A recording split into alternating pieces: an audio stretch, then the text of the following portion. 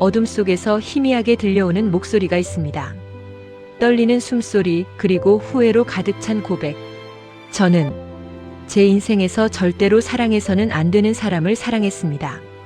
그것도 가장 사랑하는 언니의 남편을요. 이 이야기는 한순간의 잘못된 감정이 어떻게 한 가족 전체를 무너뜨릴 뻔했는지에 대한 이야기입니다. 제 이름은 박수연. 22살 취업준비생입니다. 아니, 그때는 그랬습니다. 이 모든 일이 시작되기 전까지는요. 3년 전 어느 가을 저녁, 우리 집 현관문이 열렸습니다. 언니가 누군가와 함께 들어왔어요. 31살의 평범한 남자. 키도 그저 그렇고 생김새도 특별할 것 없는 보통 사람이었죠. 수연아, 인사해. 응? 누구야? 내 남자친구 김민재야. 남자는 어색하게 웃으며 고개를 숙였습니다. 안녕하세요. 수아 씨 동생분이시죠? 앞으로 잘 부탁드립니다. 첫인상은 최악이었습니다. 솔직히 말하면 언니가 데려온 남자치고는 너무 평범했거든요. 우리 언니는 대학 시절 미스 캠퍼스 출신의 외국계 기업 마케팅팀 과장이었어요. 똑똑하고 아름답고 능력 있는 여자였죠. 그런 언니가 선택한 남자가 소방관. 물론 소방관이 나쁜 직업은 아니지만 언니 주변엔 늘 고스펙 남자들이 많았거든요. 의사, 변호사, 대기업 임원까지. 그런데 갑자기 소방관이라니. 형부가 될 수도 있는 사람이라는 그의 소개에 저는 속으로 비웃었습니다. 절대 안 될 거야. 언니가 정신을 차릴 거야. 하지만 언니의 표정은 달랐습니다.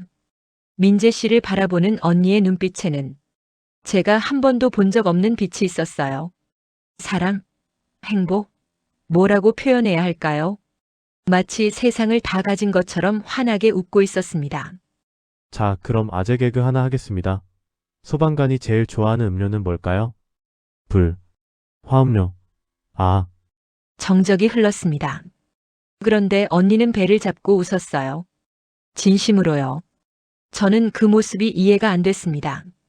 우리 언니가, 그 똑똑하고 세련된 언니가 어떻게 저런 썰렁한 개그에 웃을 수 있을까? 민재 오빠 완전 웃겨. 그치, 수연아? 응, 재밌네. 거짓말이었습니다. 하나도 안 웃겼어요. 하지만 언니가 행복해 보여서 억지로 미소를 지었죠. 그날 밤 언니가 제 방에 들어왔습니다. 수연아, 민재 오빠 어때? 괜찮은 것 같아. 거짓말. 내 표정 보면 다 알아. 마음에 안 들지? 언니는 저를 너무 잘 알았어요. 저는 한숨을 쉬며 말했습니다. 언니, 솔직히 언니한테는 더 좋은 사람 있을 것 같은데. 그냥 너무 평범한 것 같아. 언니는 제 손을 잡으며 말했습니다. 수연아, 나도 처음엔 그랬어. 근데 알고 보니까 민재 오빠는 세상에서 제일 따뜻한 사람이야. 돈도 많고 잘생긴 남자들 많이 만났는데 그 사람들 중에 진짜 나를 위해주는 사람은 없었어. 근데 민재 오빠는 달라. 진심이 느껴져. 저는 이해할 수 없었습니다. 하지만 언니가 행복하다면 그걸로 충분하다고 생각했어요. 그로부터 2주 후 우리는 함께 놀이공원에 갔습니다. 언니의 제안이었죠. 우리 셋이 친해져야지 하면서요. 민재 씨는 계속 제 비위를 맞추려고 애썼습니다. 솜사탕을 사주고 풍선을 사주고 제가 타고 싶다는 놀이기구마다 따라왔어요. 솔직히 좀 부담스러웠습니다. 수연 씨 아이스크림 먹을래요? 어떤 맛 좋아해요? 민트 초코요. 좋아요. 잠깐만 기다려요. 그는 뛰어가서 아이스크림을 사왔습니다. 그런데 여기요. 딸기 아이스크림이요. 전 민트 초코 좋아한다고 했는데요. 아, 그게 민트 초코가 없어서. 그의 얼굴이 빨개졌습니다. 당황한 표정으로 아이스크림을 제게 내밀었죠. 죄송해요. 제가 다시 다른 데 가서. 됐어요. 이거 먹을게요. 저는 차갑게 대답했습니다. 역시 답답한 사람이네 하고 생각했죠. 그런데 그때였습니다. 갑자기 어디선가 비명소리가 들렸어요. 불이야, 불이야. 사람들이 패닉에 빠져 달리기 시작했습니다. 저 멀리 카페 건물에서 검은 연기가 피어오르고 있었어요. 불길이 창문을 통해 보이기 시작했습니다. 저기 사람 있어요. 애들이 안에 있어요. 누군가가 외쳤습니다. 그 순간 민재 씨가 달리기 시작했습니다. 우리 쪽으로 오던 사람들과 반대 방향으로 불길을 향해서요. 오빠, 위험해. 언니가 소리쳤지만 그는 돌아보지 않았습니다. 저는 그 순간을 지금도 생생하게 기억합니다. 민재 씨의 뒷모습, 주저함 없이 연기 속으로 뛰어드는 그 모습, 평범하고 답답해 보이기만 했던 남자가 그 순간만큼은 완전히 다른 사람처럼 보였습니다. 30초가 지났습니다. 1분이 지났습니다. 언니는 울기 시작했어요. 저도 심장이 미친 듯이 뛰었습니다. 안 돼. 제발. 그리고 마침내 연기 속에서 누군가의 실루엣이 보였습니다. 민재 씨였습니다. 한 손에는 겨우 5살쯤 되어 보이는 아이를 안고 다른 손으로는 7살쯤 되는 아이의 손을 잡고 있었어요.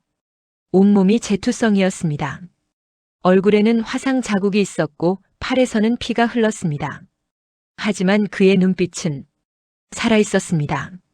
아이들을 내려놓은 민재 씨는 그 자리에 주저앉았습니다. 언니가 달려가서 그를 깨어났어요. 둘 다 울고 있었습니다. 저는 그 모습을 멀리서 지켜봤습니다. 그리고 처음으로 깨달았습니다. 아, 이 사람은 진짜구나. 평범해 보였던 그 사람 안에 이런 용기와 따뜻함이 있었다는 것을, 망설임 없이 다른 사람의 생명을 구하는 사람이라는 것을. 그날 밤 저는 잠을 이룰 수 없었습니다. 자꾸만 민재 씨가 불길 속으로 뛰어드는 장면이 머릿속에 맴돌았거든요. 그리고 이상한 감정이 들었습니다. 뭐라고 표현해야 할까요? 존경? 감사? 아니면. 하지만 그때는 몰랐습니다. 그 감정이 얼마나 위험한 것인지를요. 6개월 후 언니와 민재 씨는 결혼했습니다. 작은 결혼식이었지만 따뜻했어요. 민재 씨의 소방서 동료들이 모두 와서 축하해줬고 언니는 그 어느 때보다 아름다웠습니다. 저는 들러리로 서서 두 사람을 지켜봤습니다. 언니의 행복한 미소를 보면서 잘 됐다고 생각했어요. 진심이었습니다. 수연아, 피로연이 끝난 후 민재 씨가 제게 다가왔습니다. 이제는 형부가 된 사람이었죠. 고마워. 내가 인정해줘서. 수아한테 정말 큰 힘이 됐어. 제가 뭘요? 언니 행복하면 저도 좋아요. 그래도 처음엔 나를 안 좋게 봤잖아. 알아 다. 근데 얘 소중한 언니니까 걱정되는 거지. 그는 웃으며 제 머리를 쓰다듬었습니다. 오빠가 동생한테 하듯이요. 그 순간 가슴 한구석이 이상하게 저릿했습니다. 왜 이러지? 3개월 후 제게 예상치 못한 제안이 왔습니다. 수연아, 우리랑 같이 살래? 언니의 갑작스러운 제안에 저는 당황했습니다. 언니의 신혼인데 무슨. 아니야. 나 알잖아. 너 원룸 살면서 얼마나 힘들어하는지. 취업 준비하면서 돈도 부족하고. 그냥 우리랑 살면서 천천히 준비해. 응? 민재 형부도 고개를 끄덕였습니다. 나도 찬성이야. 집도 넓고 가족이 함께 사는 게 좋지. 수연 씨도 편하게 생각해. 솔직히 마음이 흔들렸습니다. 원룸 월세가 부담스러웠고 혼자 사는 게 외로웠거든요. 하지만 신혼부부한테 방해될 것 같은데. 야, 무슨 방해야. 우리 가족인데. 그치, 여보? 응, 당연하지. 결국 저는 언니네 집으로 이사했습니다. 처음 몇 주는 좋았습니다. 언니가 맛있는 저녁을 차려주고 셋이서 영화를 보고 주말에는 함께 장을 보러 다녔어요. 하지만 시간이 지나면서 이상한 감정이 생기기 시작했습니다. 어느 주말 아침이었습니다. 저는 제 방에서 나와 거실로 갔어요. 그런데 부엌에서 웃음소리가 들렸습니다. 여보, 하지 마. 간지러워. 왜 신혼부부는 원래 이런 거지? 부엌 문틈으로 보이는 두 사람. 언니는 민재 형부의 품에 안겨 있었고 형부는 언니의 머리에 뽀뽀를 하고 있었습니다. 저는 그 자리에서 얼어붙었습니다. 가슴 한쪽이 답답했습니다. 숨이 막히는 것 같았어요. 왜 이러지? 왜 이렇게 기분이 안 좋지? 저는 조용히 제 방으로 돌아왔습니다. 침대에 앉아 한참을 멍하니 있었죠. 그날부터 자주 그런 장면을 목격했습니다. 소파에서 앉고 있는 두 사람. 손을 잡고 산책 나가는 두 사람. 민재 형부가 언니 이마에 키스하는 모습. 그럴 때마다 저는 모르는 감정에 사로잡혔습니다. 질투? 아니, 그럴 리가 없어요. 제 언니인데, 형부인데. 하지만 부정할 수 없었습니다. 저는 뭔가 잘못되고 있었어요. 더 심각한 건 민재 형부가 저를 정말 동생처럼 대했다는 겁니다. 제가 야근하고 늦게 들어오면 따뜻한 국을 끓여놨어요. 수연아, 밥 먹었어? 이거라도 먹고 자. 면접을 보고 떨어지면 위로해줬습니다. 괜찮아. 내 능력이 부족한 게 아니야. 그냥 타이밍이 안 맞았을 뿐이야. 제 생일에는 언니와 함께 케이크를 준비해줬어요. 생일 축하해, 수연아. 올해는 꼭 좋은 일만 있을 거야. 그는 정말 좋은 사람이었습니다. 진짜 오빠 같았어요. 그래서 더 힘들었습니다. 어느 날 저녁 언니가 회식으로 늦는다고 했습니다. 집에는 저와 민재 형부만 남았어요. 수연아, 저녁 뭐 먹을래? 형부가 요리해 줄까? 아니에요, 형부. 전 그냥 간단하게. 아니야, 좀 제대로 먹어야지. 요즘 너무 안 먹는 것 같던데. 그는 부엌으로 가서 요리를 시작했습니다. 김치찌개였어요. 형부, 언제 요리 배우셨어요? 소방서에서? 당직 설 때 맨날 해 먹어야 하니까. 나 요리 좀 하거든? 그렇구나. 근데 수연아, 네. 요즘 힘든 거 있어? 갑작스러운 질문에 저는 움찔했습니다. 아, 아니에요. 왜요? 표정이 어두워. 나도 모르는 사이에 내가 힘들어하는 거 아닌가 싶어서. 그는 진지한 표정으로 저를 바라봤습니다. 혹시 우리랑 같이 사는 게 불편해? 아니에요. 전혀요. 그럼 다행이네. 사실 수아가 걱정했거든. 내가 눈치 보는 것 같다고. 죄송해요. 왜 미안해. 우리 가족인데. 그냥 편하게 생각해. 응? 그는 제 어깨를 토닥였습니다. 그 순간 눈물이 날 것 같았습니다. 왜냐하면 깨달아 버렸거든요. 제가 느끼는 이 감정이 뭔지. 그날 밤 저는 밤새 잠을 이루지 못했습니다. 아니야. 아니야. 이건 착각이야. 그냥 형부가 잘해줘서 감사한 거야. 그 이상은 아니야. 하지만 마음은 거짓말을 하지 않았습니다. 다음 날 아침 저는 거울을 보며 스스로에게 다짐했습니다. 정신 차려. 너 정말 미쳤어? 언니 남편이야. 형부라고. 하지만 이미 늦었습니다. 감정은 이미 자라나고 있었고 저는 그걸 막을 수 없었습니다. 2주 후 저는 최악의 날을 맞이했습니다. 아침에 면접을 봤는데 완전히 망쳤어요. 준비한 내용도 제대로 말 못하고 면접관의 질문에 버벅거렸죠. 점심때는 남자친구를 만났습니다. 6개월째 만나던 사람이었어요. 우리 이제 그만 만나자. 갑작스러운 이별 통보였습니다. 왜? 무슨 이유야? 이유? 너 요즘 너무 우울해. 만날 때마다 한숨만 쉬고. 솔직히 지쳐. 미안해. 요즘 취업 준비 때문에 힘들어서. 그건 알겠는데 나도 내 인생이 있어. 너한테만 맞춰줄 수 없어. 그리고 솔직히 말하면 넌 나한테 마음이 없는 것 같아. 그 말에 할 말이 없었습니다. 사실이었거든요. 저는 그 사람을 만날 때도 자꾸 다른 사람을 생각했습니다. 비교했어요. 민재 형부는 이럴 때 이렇게 말해줬는데 하면서요. 헤어지고 집으로 돌아왔을 때는 저녁 7시였습니다. 현관문을 열고 들어가려는데 핸드폰이 울렸어요. 마지막 희망을 걸었던 회사였습니다. 아, 박수연 씨? 죄송한데요. 이번에는 다른 분으로 결정됐습니다. 그 순간 모든 게 무너졌습니다. 저는 현관에 주저앉아 울기 시작했습니다. 소리 내지 않으려고 했지만 결국 울음이 터져 나왔어요. 수연아? 민재 형부가 현관으로 나왔습니다. 저를 보고 깜짝 놀란 표정이었죠. 무슨 일이야? 왜 울어? 괜찮아요. 괜찮을 리가 없잖아. 일어나. 들어가자. 그는 저를 일으켜 세웠습니다. 그리고 거실 소파에 앉혔어요. 언니는 회식이라 없었습니다. 말해봐. 무슨 일인데? 아무것도 안 풀려요. 면접도 떨어지고 남자친구도 헤어지고 말하다가 또 눈물이 났습니다. 민재 형부는 잠시 침묵하더니 조용히 말했습니다. 수연아, 네, 힘들면 말해도 돼. 괜찮은 척하지 마. 너 요즘 계속 참고 있었잖아. 나 다 알아. 어떻게 하셨어요? 보면 알지. 넌 내 동생이니까. 동생. 그 단어가 가슴에 박혔습니다. 형부. 응? 형부는 언니 만나기 전에 힘들 때 어떻게 하셨어요? 나는 그냥 견뎠어. 소방관 일이 힘들 때도 많지만 그래도 누군가를 구할 수 있다는 생각으로 버텼지. 부럽다. 뭐가? 형부는 확실한 게 있잖아요. 하고 싶은 일도 있고 사랑하는 사람도 있고. 근데 저는 아무것도 없는 것 같아요. 민재 형부는 한참을 말없이 저를 바라봤습니다. 그리고 조심스럽게 제 머리를 쓰다듬었습니다. 수연아, 넌 충분히 잘하고 있어. 그리고 내 보호자는 나니까 힘들면 언제든 말해. 내가 있잖아.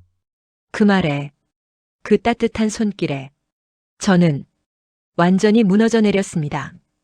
감정적으로, 형부, 목소리가 떨렸습니다. 그리고 그 순간 저는 부정할 수 없게 되었습니다. 저는 김민재를 사랑하고 있었습니다. 제 언니의 남편을, 절대로 사랑해서는 안 될 사람을. 그날 이후 저는 집에 있는 게 고문이었습니다. 민재 형부를 볼 때마다 가슴이 뛰었어요. 그가 웃으면 같이 웃고 싶었고 그가 힘들어 보이면 위로해주고 싶었습니다. 하지만 저는 그럴 수 없었어요. 왜냐하면 그 사람 옆에는 항상 언니가 있었으니까요. 저는 미쳐가고 있었습니다. 어느 날 밤 저는 친구 지원이를 만났습니다. 술을 마시면서 모든 걸 털어놓았어요. 지원아. 응? 나 사랑에 빠진 것 같아. 누구? 새로 만난 사람 있어? 아니, 그게 말을 꺼내기가 너무 어려웠습니다. 사실은 형부야. 지원이의 얼굴이 굳었습니다. 뭐라고? 민재 형부. 좋아하게 됐어. 너. 지원이는 술잔을 내려놓고 제 손을 잡았습니다. 수연아. 제정신이야? 나도 알아. 미쳤다는 거. 근데 어쩔 수 없어. 진짜로. 언니 남편이잖아. 너 언니 얼마나 사랑해? 그런 언니한테 어떻게 그럴 수가 있어? 그러니까 나도 나 자신이 싫다고. 근데 어떡해. 자꾸 생각나는데. 저는 테이블에 머리를 박았습니다. 죽고 싶어. 진짜로. 수연아 들어. 그건 사랑이 아니야. 그냥 형부가 잘해줘서 착각하는 거야. 착각. 착각이면 좋겠어. 근데 아니야. 나 진짜. 지원이는 한숨을 쉬었습니다. 그럼 어쩔 건데? 고백할 거야? 미쳤어? 절대 안 돼. 그럼 평생 숨길 거야? 모르겠어. 그날 밤 지원이의 말이 계속 머릿속을 맴돌았습니다.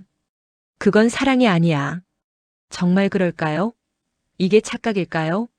하지만 가슴은 거짓말을 하지 않았습니다. 한 달이 지났습니다. 저는 민재 형부를 피하기 시작했어요. 최대한 얼굴을 안 마주치려고 했죠. 집에 일찍 들어가지 않고 형부가 있을 때는 제 방에만 있었습니다. 수연아, 요즘 왜 그래? 혹시 나 피하는 거야? 형부가 물었습니다. 아니에요. 그냥 취업 준비하느라 바빠서요. 그래도 밥은 같이 먹자. 너 요즘 너무 안 먹어. 괜찮아요, 형부. 하지만 피한다고 해서 감정이 사라지는 건 아니었습니다. 오히려 더 커졌어요.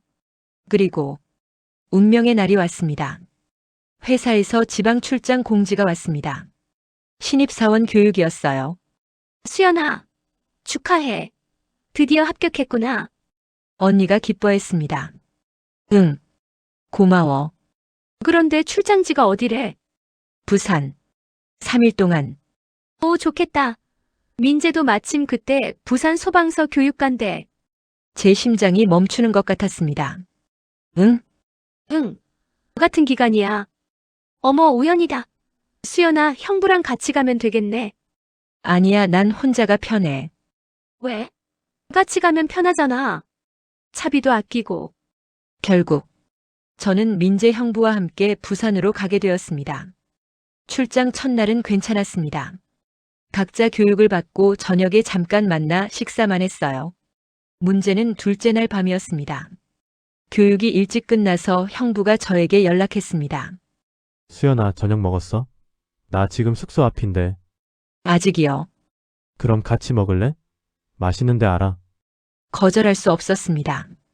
우리는 함께 해변가 근처 식당에 갔습니다. 회를 시켰어요. 수연아, 네. 요즘 나 피하지?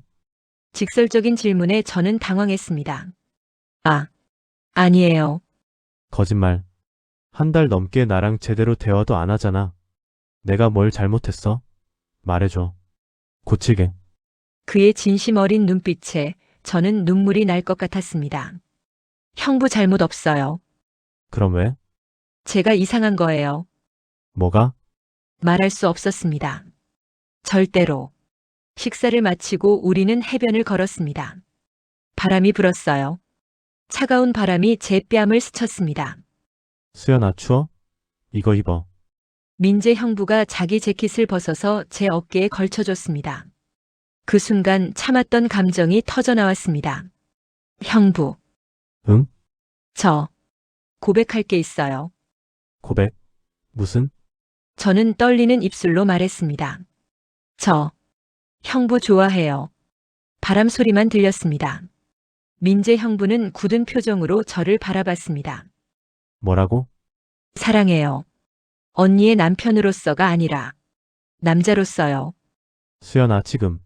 알아요. 미쳤다는 거. 근데 어쩔 수 없어요. 진짜로 좋아하게 됐어요. 안 돼. 이건 안 돼. 왜 안 돼요? 왜냐고? 난 내 형부야. 내 언니 남편이라고. 알아요. 알지만 저는 그에게 한 걸음 다가갔습니다. 형부도 저 좋아하는 거 아니에요? 그렇게 잘해주면서. 나는 널 동생으로서. 거짓말이에요. 저는 소리쳤습니다. 형부도 느꼈을 거예요. 우리 사이에 뭔가 있다는 거. 수연아, 그가 제 어깨를 잡았습니다. 정신 차려. 이건 정말 안 되는 거야. 하지만 저는 이미 이성을 잃은 상태였습니다. 충동적으로 저는 민재 형부에게 키스했습니다. 짧은 순간이었지만 그 순간만큼은 세상이 멈춘 것 같았습니다. 하지만 형부는 저를 밀어냈습니다. 세게. 미쳤어. 그의 목소리에는 분노가 가득했습니다. 너 지금 무슨 짓을 한 건지 알아? 형부. 나는 내 형부야. 그리고 수아의 남편이라고. 내가 그렇게 사랑하는 언니의 남편. 다시는 이런 말도 행동도 하지 마. 절대로. 저는 그 자리에서 얼어붙었습니다. 형부는 돌아서서 걸어갔습니다. 저 혼자 남겨졌어요. 차가운 바람만 불었습니다. 그리고 저는 무릎을 꿇고 울기 시작했습니다. 미안해. 미안해. 언니 미안해. 하지만 후회해도 소용없었습니다. 이미 돌이킬 수 없는 선을 넘어버렸으니까요. 다음 날 저는 서울로 돌아왔습니다. 교육을 포기하고 회사에 사정 얘기를 했어요. 개인 사정이라고만요. 민재 형부와는 한마디도 하지 않았습니다. 집에 도착했을 때 언니가 반겼습니다. 수연아, 왜 벌써 왔어? 교육 3일이라고 안 했어? 몸이 안 좋아서. 그래? 괜찮아? 어디 아파? 언니의 걱정 어린 눈빛에 저는 더 이상 견딜 수 없었습니다. 제 방으로 뛰어들어가서 문을 잠갔어요. 그리고 침대에 얼굴을 묻고 울었습니다.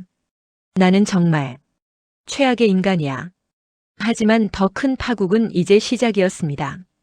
3일 후 민재 형부가 돌아왔습니다. 저는 제 방에만 틀어박혀 있었어요. 문을 잠그고 아무도 안 만났습니다. 수연아, 밥 먹어. 언니가 맛있는 거 했어.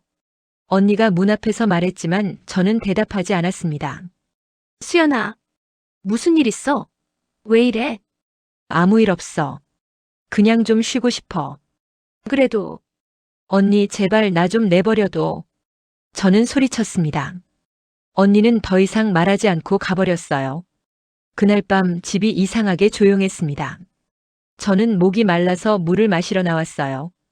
조심스럽게 문을 열고 거실로 갔죠. 그런데 거실에서 소리가 들렸습니다. 언니와 형부의 목소리였어요. 여보, 수연이 왜 저래? 뭔가 있는 거 아니야? 모르겠어. 부산에서 무슨 일 있었어? 너희 같이 있었잖아. 침묵이 흘렀습니다. 여보, 왜 대답 안 해? 아무 일도 없었어. 하지만 언니는 눈치가 빠른 사람이었습니다. 거짓말하지 마.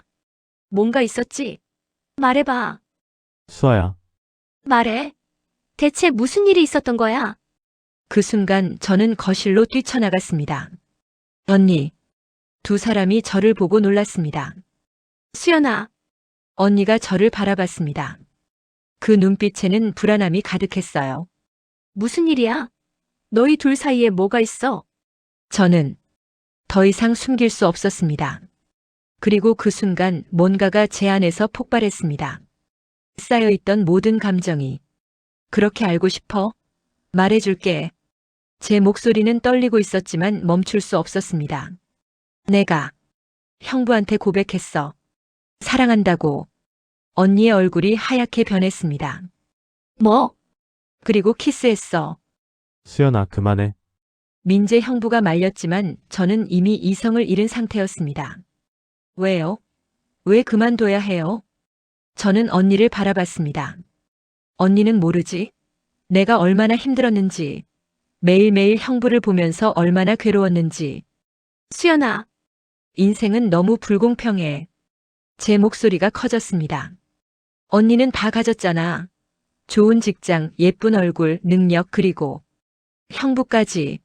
무슨 소리를? 나는 뭐가 있어? 취업도 안 되고 남자친구한테도 차이고. 그런데 언니는 혼자 다 가지고 있으면서 눈물이 흘러내렸습니다. 형부까지 독차지하잖아. 수연아, 언니가 소리쳤습니다. 민재는 내 남편이야. 독차지가 아니라 당연한 거라고. 당연해? 언니한테는 다 당연한 거지. 저는 히스테리컬하게 웃었습니다. 나는 언제나 언니 그늘에 가려져 있었어. 수아 동생, 수아 여동생, 나는 늘 언니의 부속품이었어. 그게 무슨, 그런데 처음으로 누군가 날 봐줬어. 나를, 박수연이라는 사람을. 저는 민재 형부를 바라봤습니다. 형부가 처음으로 날 있는 그대로 봐줬어요. 언니 동생이 아니라 그냥 수연이로. 수연아, 그건. 그런데 그 사람도 언니 거예요. 왜요? 왜 언니는 모든 걸 가져야 해요? 침묵이 흘렀습니다. 그리고 저는 입에서 나와서는 안 될 말을 해버렸습니다. 차라리 언니가 없어졌으면 좋겠어. 그 순간 세상이 멈춘 것 같았습니다. 언니는 비틀거리며 뒤로 물러났어요. 얼굴이 창백하게 변했습니다. 뭐라고? 언니가 없었으면 내가 이렇게 고통스럽지 않았을 텐데. 수연아, 민재 형부가 제 앞을 막았습니다. 지금 무슨 말을 하는 거야? 정신 차려. 하지만 저는 멈출 수 없었습니다. 형부도요. 왜 언니만 보는 거예요? 저도 여기 있는데. 저도 사람인데. 수연아, 언니의 목소리가 들렸습니다. 떨리는 목소리였어요. 넌 정말 그렇게 생각했어? 저는 언니를 바라봤습니다. 언니는 울고 있었습니다. 내가 없어졌으면 좋겠다고. 그 순간 저는 제가 무슨 말을 했는지 깨달았습니다. 언니, 나는 너를 그렇게 사랑했는데 언니의 목소리가 부서졌습니다. 내 동생이, 내가 가장 아끼는 동생이 나한테 죽으라고 하는 거야? 아니, 그게 아니라 아니면 뭐야? 없어지라는 게 죽으라는 거 아니고 뭐야? 언니가 소리쳤습니다. 난 널 위해서 얼마나 많은 걸 했는데. 내가 힘들 때마다 옆에 있어줬고, 돈 없을 때 집에 데려왔고, 밥 먹여주고 위로해주고. 그런데 넌 내 남편을 탐냈어? 그것도 모자라서 나한테 없어지라고 해. 언니는 소파에 주저앉았습니다. 너 정말 내 동생 맞아? 민재 형부가 언니에게 다가가려 했지만 언니는 손을 들어 막았습니다. 가까이 오지 마. 수아야, 당신도 싫어. 내 동생이 당신 때문에 이렇게 변한 거잖아. 나는 다들 나가. 언니가 울부짖었습니다. 내 눈앞에서 사라져. 저는 그 자리에 얼어붙어 있었습니다. 제가 무슨 짓을 한 걸까요? 언니, 그게 아니라 닥쳐. 내 목소리 듣기도 싫어. 언니는 방으로 뛰어들어가서 문을 쾅 닫았습니다. 거실에는 저와 형부만 남았습니다. 민재 형부는 저를 바라봤습니다. 그 눈빛에는 실망을 넘어선 뭔가가 있었습니다. 수연아, 형부, 넌 선을 넘었어. 완전히. 사랑한다는 고백까지는. 그래, 감정이니까 어쩔 수 없다고 치자. 근데 내 언니한테 없어지라고? 형부의 목소리가 떨렸습니다. 넌 지금 내가 무슨 말을 했는지 알아? 저는 아무 말도 할 수 없었습니다. 형부는 한숨을 쉬며 언니 방으로 갔습니다. 저는 그 자리에 무릎을 꿇고 앉았습니다. 나는 정말 최악이야. 그날 밤 저는 제 방에서 울었습니다. 새벽 3시쯤 문 밖에서 소리가 들렸습니다. 언니와 형부가 싸우는 소리였어요. 당신이 어떻게 그럴 수 있어? 수연이한테 너무 잘해준 거 아니야. 나는 동생으로만. 그게 문제야. 선을 지켰어야지. 수아야, 제발. 난 당신도 믿을 수가 없어. 문 닫히는 소리가 들렸습니다. 그리고 밖으로 나가는 발소리. 민재 형부가 집을 나갔습니다. 다음 날 아침 언니가 제 방문을 두드렸습니다. 수연아, 나와. 차가운 목소리였습니다. 저는 문을 열고 나갔어요. 언니는 소파에 앉아 있었습니다. 눈이 퉁퉁 부어 있었어요. 앉아. 저는 조심스럽게 앉았습니다. 수연아, 응, 일주일 안에 나가. 언니. 더 이상 할 말 없어. 그냥 나가줘. 언니의 목소리는 비어 있었습니다. 내가 나한테 한 말 절대 잊지 못할 거야. 저는 더 이상 할 말이 없었습니다. 왜냐하면 사실이었으니까요. 일주일 후 저는 짐을 쌌습니다. 언니는 끝까지 저와 말하지 않았어요. 형부도 마찬가지였습니다. 떠나는 날 저는 거실에 편지를 남겼습니다. 언니, 정말 미안해. 내가 미쳤었나 봐. 내가 정말 잘못했어. 그날 한 말. 진심이 아니었어. 언니가 행복했으면 좋겠어. 수연. 비가 내리는 밤이었습니다. 저는 가방을 들고 집을 나섰어요. 뒤를 돌아보지 않았습니다. 6개월이 흘렀습니다. 저는 작은 원룸을 구해서 혼자 살기 시작했어요. 취업도 했습니다. 하지만 마음의 상처는 쉽게 아물지 않았습니다. 밤마다 악몽을 꿨어요. 언니의 배신감 어린 눈빛이 그리고 제가 했던 그 끔찍한 말이 계속 떠올랐습니다. 어느 날 퇴근길 저는 상담센터에 들어갔습니다. 상담사 선생님께 모든 이야기를 털어놨습니다. 시간이 필요해요. 그리고 스스로를 먼저 용서해야 해요.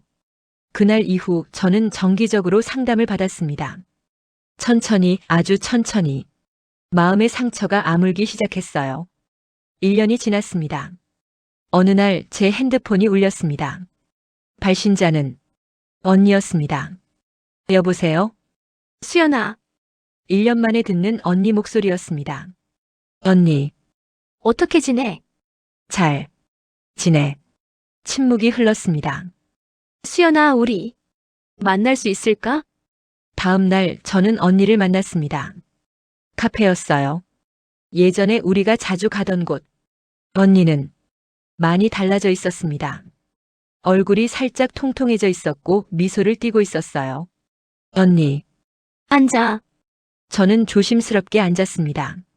수연아, 나 임신했어. 5개월 됐어. 그제야 보니 언니의 배가 살짝 불러 있었습니다. 축하해, 언니. 눈물이 났습니다. 고마워. 언니도 눈시울이 붉어졌습니다. 수연아, 응? 내가 한 말. 이제는 괜찮아. 용서했어. 언니, 우리 다시 가족하자. 천천히. 우리는 한참을 그렇게 울었습니다. 6개월 후 언니는 건강한 여자 아기를 낳았습니다. 저는 병원에 달려갔어요. 언니, 수연아, 왔어? 응. 애기 보고 싶었어. 이모야. 넌 이모. 그렇지. 이모네. 언니가 아기를 보여줬습니다. 이름은 수진이야. 수아의 수, 진실의 진. 예쁘다. 2년이 흘렀습니다. 저는 새로운 남자친구를 만났어요. 회사 동료였습니다. 어느 주말 저는 남자친구와 함께 언니네 집을 방문했습니다. 언니 나왔어. 어서 와. 4살이 된 수진이가 제게 달려왔어요. 이모, 이모. 수진아, 보고 싶었어. 우리는 함께 저녁을 먹었습니다. 식탁에서 웃으며 이야기를 나눴습니다. 자연스럽게 편안하게. 마치 아무 일도 없었던 것처럼. 3년 후. 표면적으로 우리 3사람은 정상적인 삶을 살고 있었습니다. 언니는 회사에서 임원으로 승진했어요. 수진이 동생으로 아들도 낳았습니다. SNS에는 행복한 가족 사진이 가득했죠. 민재 형부는 소방서에서 팀장이 되었습니다. 여전히 성실하게 일하고 가족을 위해 헌신하는 남편이자 아버지였어요. 저는 회사에서 대리로 승진했습니다. 남자친구와는 3년째 연애 중이었어요. 주말마다 언니네 집을 방문하고 조카들과 놀아주는 다정한 이모였습니다. 명절이면 모였습니다. 웃었습니다. 사진도 찍었습니다. 우리 가족 정말 행복하다. 언니가 말했습니다. 그러게. 다들 건강하고, 형부가 웃으며 대답했습니다. 응. 정말. 좋아. 저도 미소를 지었습니다. 하지만 그 미소 뒤에는 명절 저녁 설거지를 하면서 언니는 창밖을 바라봤습니다. 거실에서 수연이가 민재와 이야기하며 웃고 있었어요. 언니의 손이 떨렸습니다. 괜찮아. 다 지나간 일이야. 하지만 가슴 한쪽이 답답했습니다. 그날 밤의 말이 여전히 귓가에 맴돌았습니다. 차라리 언니가 없어졌으면 좋겠어. 언니는 물잔을 놓고 조용히 한숨을 쉬었습니다. 요즘 들어 자주 두통이 왔습니다. 어지럽기도 했죠. 피곤해서 그런가. 며칠 전 건강검진에서 재검사를 받으라는 통보를 받았습니다. 하지만 아무에게도 말하지 않았어요. 민재에게도 수연에게도. 침실로 들어가자 민재가 물었습니다. 여보, 괜찮아? 얼굴이 안 좋아 보여. 응. 괜찮아. 그냥 좀 피곤해. 요즘 일이 많아서 그래? 무리하지 마. 알았어. 하지만 그날 밤 언니는 잠들 수 없었습니다. 민재가 잠든 옆에서 천장을 바라보며 생각했습니다. 재검사 결과가 나쁘면 어떡하지? 수진이와 준호는 아직 어린데. 그리고 수연이는 그 아이가 나한테 한 말을 정말 용서한 걸까? 아니면 나는 그냥 착한 척하고 있는 건 아닐까? 언니는 조용히 눈물을 흘렸습니다. 소방서 당직실. 민재는 커피를 마시며 핸드폰을 바라봤습니다. 가족 단톡방에는 수연이가 보낸 사진이 있었습니다. 오늘 수진이랑 놀이공원 다녀왔어요. 웃고 있는 수진이와 수연이. 민재는 사진을 오래 바라봤습니다. 그리고 한숨을 쉬었습니다. 부산 그날이. 그는 핸드폰을 내려놓았습니다.